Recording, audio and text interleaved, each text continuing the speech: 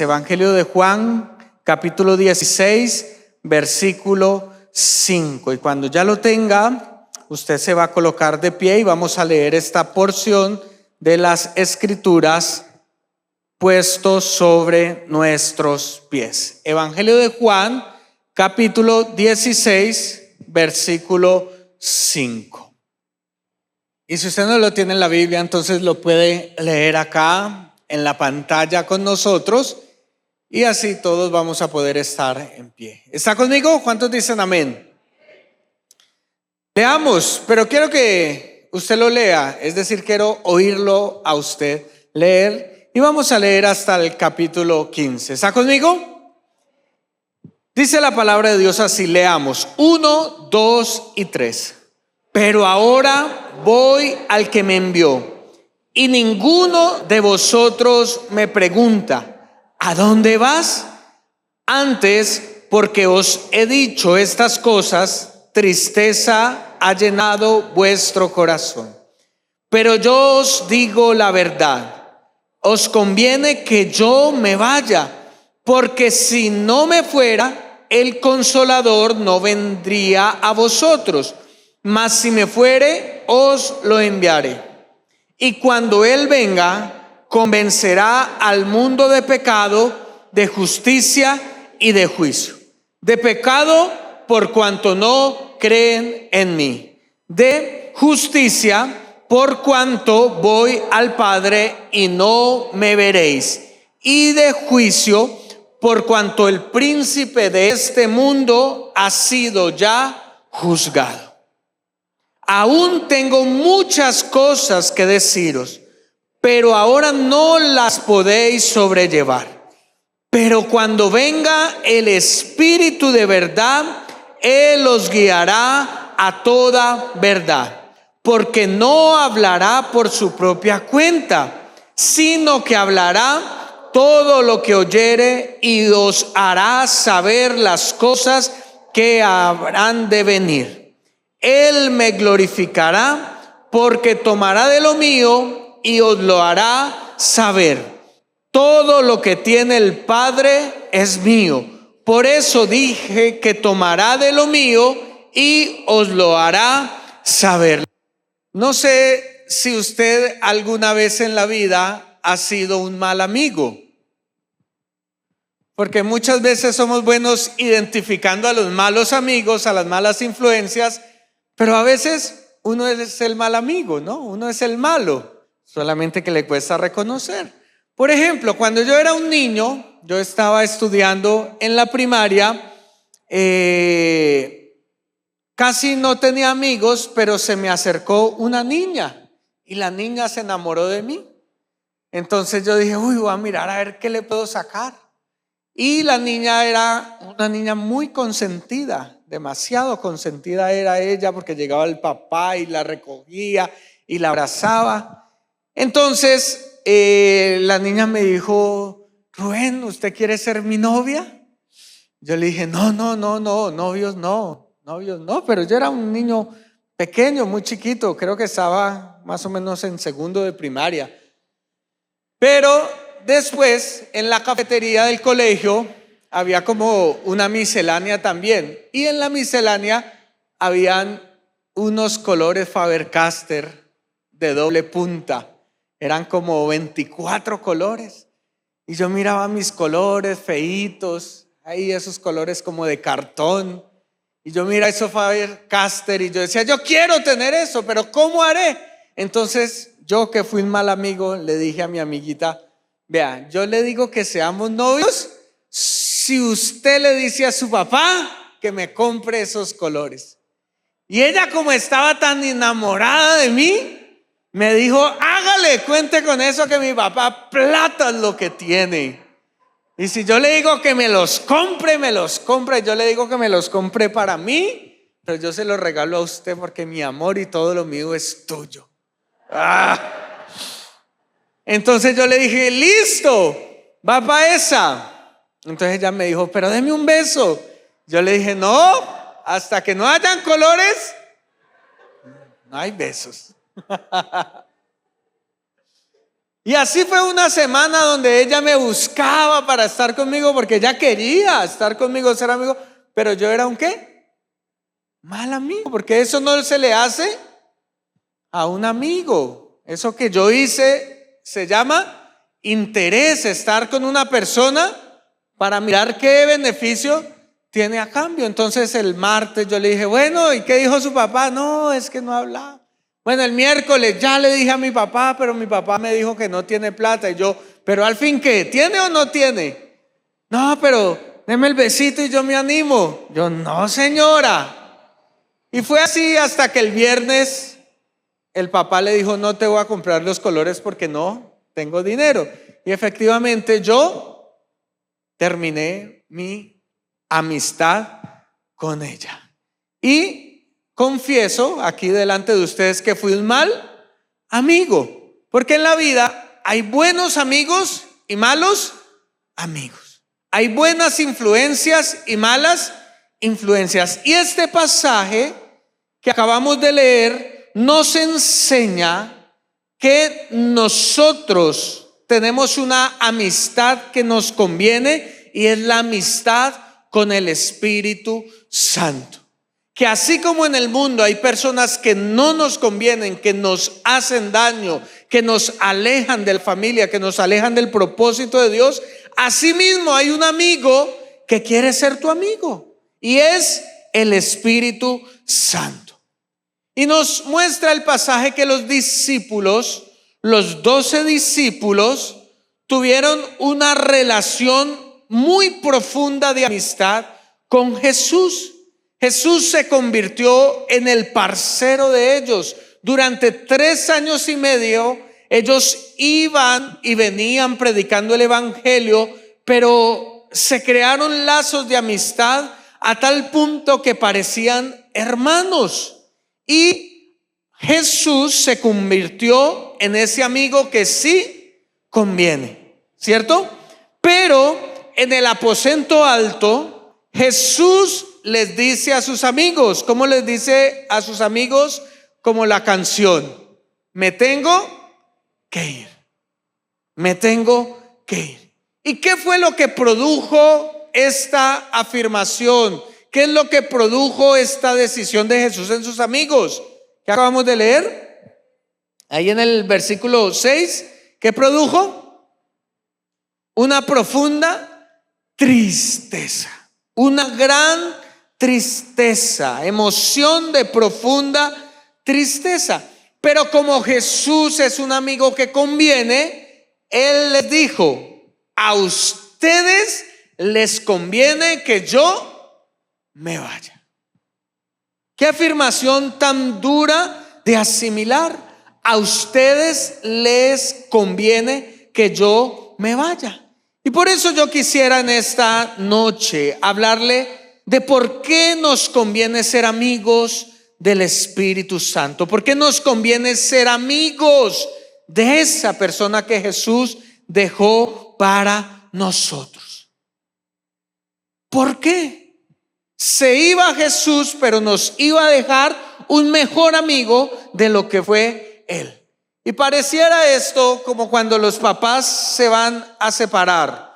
Entonces los papás se iban a separar y tenían 4 hijos. Tenían 4 hijos ahí. Entonces el papá sentó a los 4 niños y a la mamá y le dijo, bueno, nosotros tomamos la decisión de separarnos.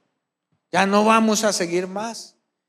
Y yo quiero que ustedes tomen la decisión de con quién se van a ir. Si se van a ir con su mamá o se van a ir conmigo. Ahora el papá guardaba en el fondo del corazón de que los niños que dijeran, me voy con mi papá, ¿cierto? Entonces les dijo, en una semana me dicen con quién se van. Y toda la semana el papá decía, uy, acá traigo el mercado para la casa. Y después otro día el papá les decía, ¿quieren ir a comer helado? Y así trataba como de convencerlos, ¿cierto? Y a la semana siguiente los sentó a los 4 y les dijo, ahora sí tomen la decisión, si se van con su mamá o se van conmigo. Entonces el primero que era el mayor, tenía 14 años, dijo: bueno, papá, usted es una persona muy chévere, no nos falta, pero lo que pasa es que mi mamá siempre está pendiente de nosotros. Mi mamá siempre nos cuida, mi mamá no nos deja un día de hablar, así que yo decido irme con mi mamá. A la segunda, que tenía 11 añitos, le dijo: bueno, ¿tú con quién te vas? Y la niña le dijo: pues papá, a mí me gustaría tanto irme contigo, pero es que mi mamá es la que nos lava la ropa.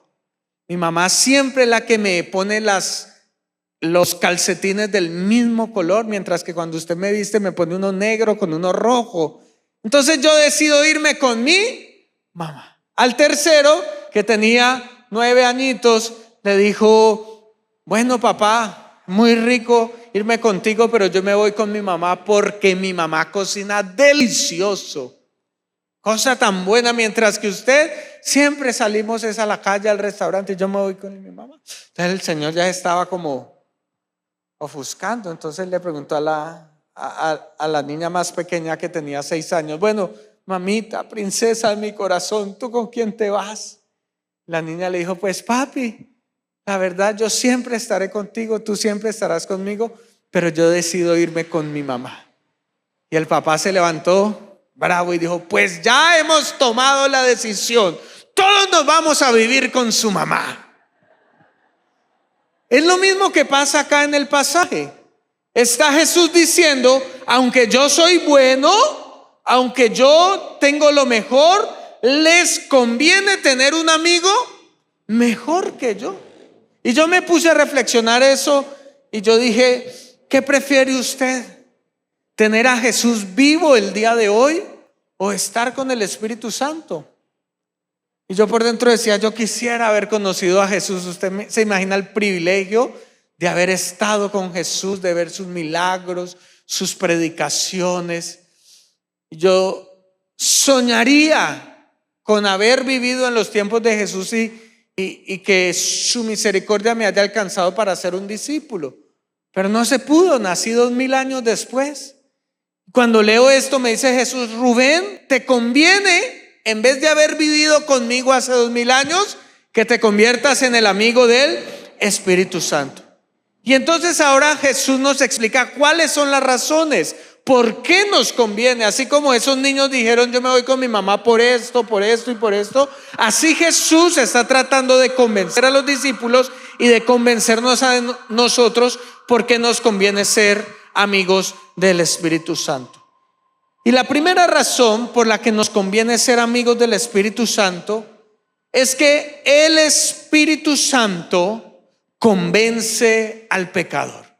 Es lo primero que está diciendo Jesús. Vea, les conviene que yo me vaya y que vaya al cielo, que esté con el Padre y que envíe al Espíritu Santo, porque ese con el que ustedes van a estar va a convencer al pecador. Eso es lo que dice el versículo 8, ¿cierto? Acabamos de leer el versículo 8 y dice: y cuando Él venga, ¿se está refiriendo a quién? ¿A quién se está refiriendo? Al Espíritu Santo. ¿A quién se está refiriendo? ¿A quién se está refiriendo el versículo 8?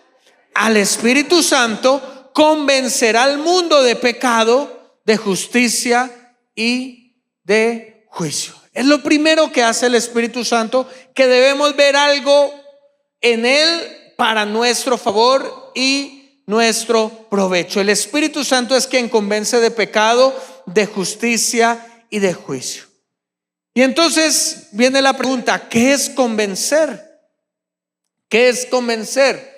Porque quizá es muy superficial esa palabra que se escogió en el español para entender lo que Jesús quería decir. Porque convencer es como si el Espíritu Santo estuviera diciéndonos: ay, por favor, vea que usted está haciendo algo malo, acepte a Jesús. Como si el Espíritu Santo estuviera rogando, como tratando de convencerlo a uno. Y ese no es el énfasis que Jesús quiere dar. Hay que entender qué es lo que significa convencer. Por eso debemos estudiar un poco más a profundidad y entender que convencer en esta palabra original del griego es alguien que acusa. Es como un fiscal que acusa a alguien diciéndole al juez que esa persona es culpable. Recordemos esas películas de abogados o quizá un proceso. Acá en Colombia siempre en un proceso penal hay un juez, quien es el que va a tomar la decisión. Hay un fiscal, que ¿qué es lo que está haciendo el fiscal? Acusando a la persona, diciéndole qué fue lo que hizo, por qué quebrantó la ley. Y también hay un defensor, ¿cierto? En este caso, el Espíritu Santo sería el fiscal. Y el fiscal, no sé si usted conoce fiscales, pero los fiscales tienen que ser implacables, tienen que ser fuertes. Porque no pueden llegar al juicio y decirle, ay, pues yo creo que esa persona mató a ese señor. Pues no estoy tan seguro. No, ¿qué tiene que decir el fiscal?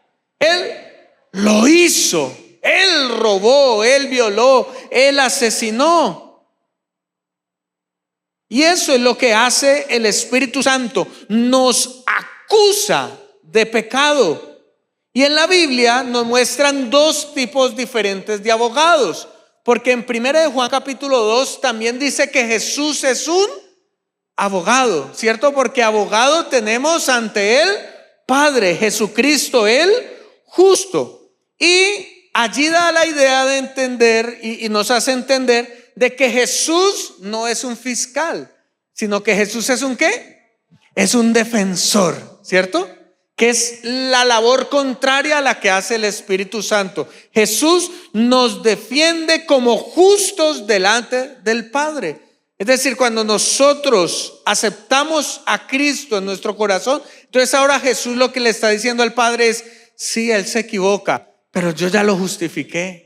Vea, Dios, tenga misericordia de él. Yo sé que es esa tentación que le está pasando. Yo sé que siente él. Él nos está defendiendo, pero el Espíritu Santo no. El Espíritu Santo es un implacable acusador, es el abogado que procesa al mundo y que prueba su culpabilidad. Por eso él es un fiscal. Y entonces nos hacemos la pregunta, ¿y de qué me conviene a mí tener como amigo una persona que parece ser mala?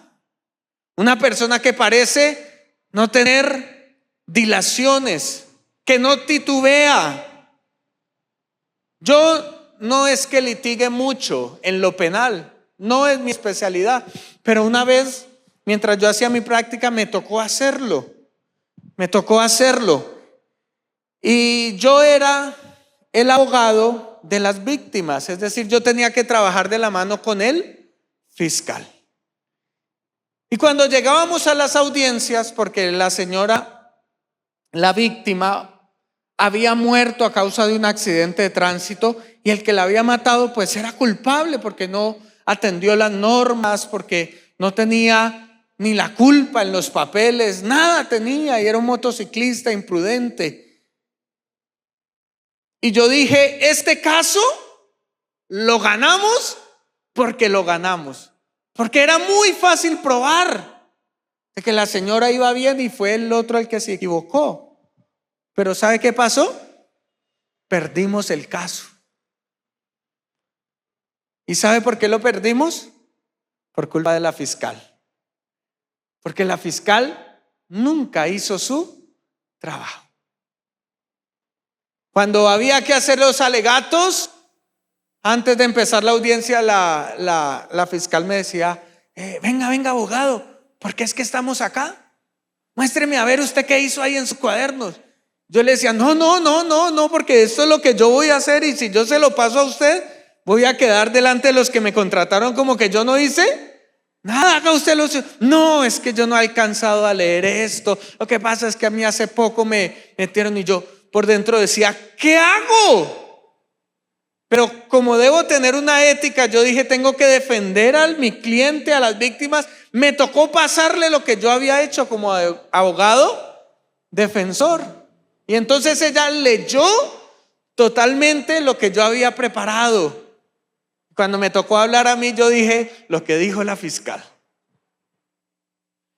Pero ese día salí tan frustrado porque perdimos. Declararon inocente al que había sido culpable por causa de que el fiscal no se había preparado. ¿Qué me conviene a mí de ser amigo del Espíritu Santo? Que el Espíritu Santo nunca va a pasar por alto tu pecado. Porque vivimos en una sociedad en que al pecado ya no se le llama pecado. En que a lo que es malo se le dice bueno.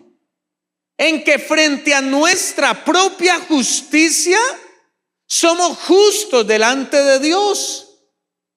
En que algunos de los que están acá sentados dicen, bueno, pues yo iré al cielo porque al fin y al cabo estoy asistiendo a la iglesia y escuchando un mensaje. No importa que venga acá obligado, porque si no en la casa la cosa es diferente. Algunos esposos dirán, no, lo que pasa es que yo soy buen esposo. Algunas esposas dirán, es que yo soy buena esposa, porque al fin y al cabo yo no le pego a ella, es que yo no le pego a él. Y en nuestra propia justicia, nuestros pecados son buenas acciones. Es más, nos comparamos no con el justo, no con el bueno que es Jesús, sino que para justificarnos, ¿con quién nos comparamos? Con el malo, ¿cierto? Pero por lo menos yo no mato, pero por lo menos yo no robo, pero por lo menos yo hago caso. Pero cuando el Espíritu Santo está con nosotros, Él tiene la capacidad de con severidad convencernos de que lo malo sigue siendo malo y que si no nos arrepentimos, entonces acarrearíamos el juicio eterno. Es por eso que me conviene ser amigo del Espíritu Santo, porque sin el Espíritu Santo mi justicia sería más grande que la justicia de Dios. Y fue lo que Jesús dijo en el Sermón del Monte. Les dijo, cuídense de que su justicia no sea mejor que la de los publicanos, la de los pecadores. Nosotros tenemos que llegar a ser santos como Dios es santo, pero solo lo podremos lograr si el Espíritu Santo nos acusa. Así que cada vez que tú hagas algo malo, cada vez que tú te sientas alejado de Dios, cada vez que tú sientas que te estás enfriando y que el Espíritu Santo empieza a hacer algo para decirte que estés mal, tú tienes que hacer una oración humilde y decir, Espíritu Santo, gracias por ayudarme a entender de que estoy mal. Me conviene tener la ayuda del Espíritu Santo. Y esa es la segunda razón que me muestra el pasaje. ¿Por qué me conviene tener el Espíritu Santo? Porque el Espíritu Santo conduce al creyente para la santificación. Conduce al creyente para la santificación. El propósito, la tarea del Espíritu Santo es que tú seas santo. Por eso se llama Espíritu Santo.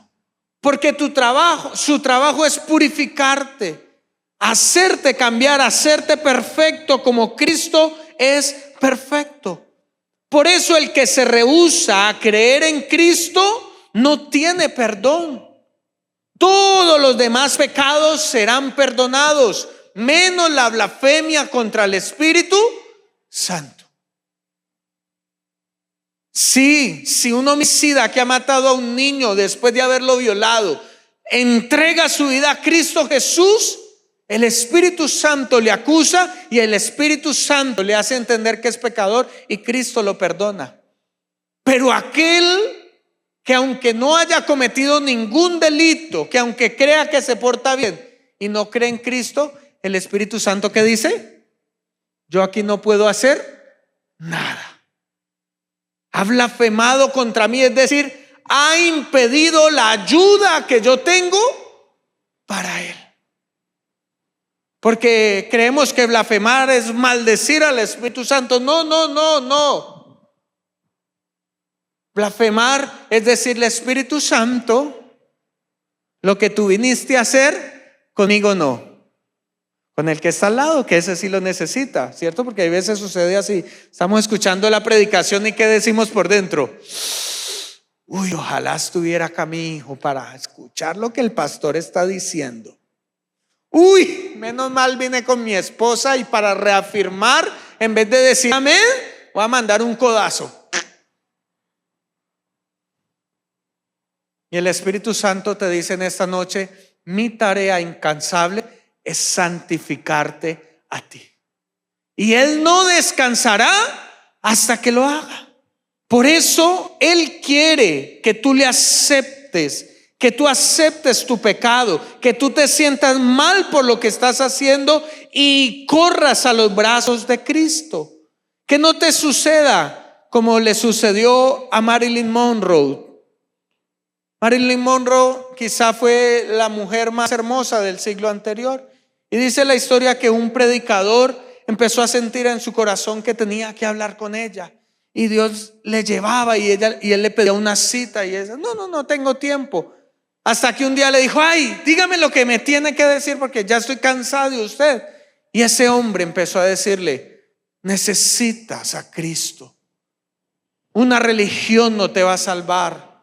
Ir a la iglesia no te va a salvar. Necesitas entregarle tu vida. Mujer, arrepiéntete. ¿Y sabe qué fue lo que contestó esta mujer? Que fue el titular de los periódicos al siguiente día. Yo no necesito a Jesús. Fue la que esta mujer dijo. Yo no necesito a Jesús. ¿Por qué? Porque soy hermosa, porque soy joven, porque tengo dinero, porque tengo influencia política gracias a mis ex esposos. Yo no necesito a Jesús. ¿Y sabe qué pasó? Exactamente una semana después de que ella dijo yo no necesito a Jesús, amaneció muerta por una sobredosis de medicamentos y de antidepresivos. Porque eso sucede con aquel que rehúsa la ayuda divina para ser santificado.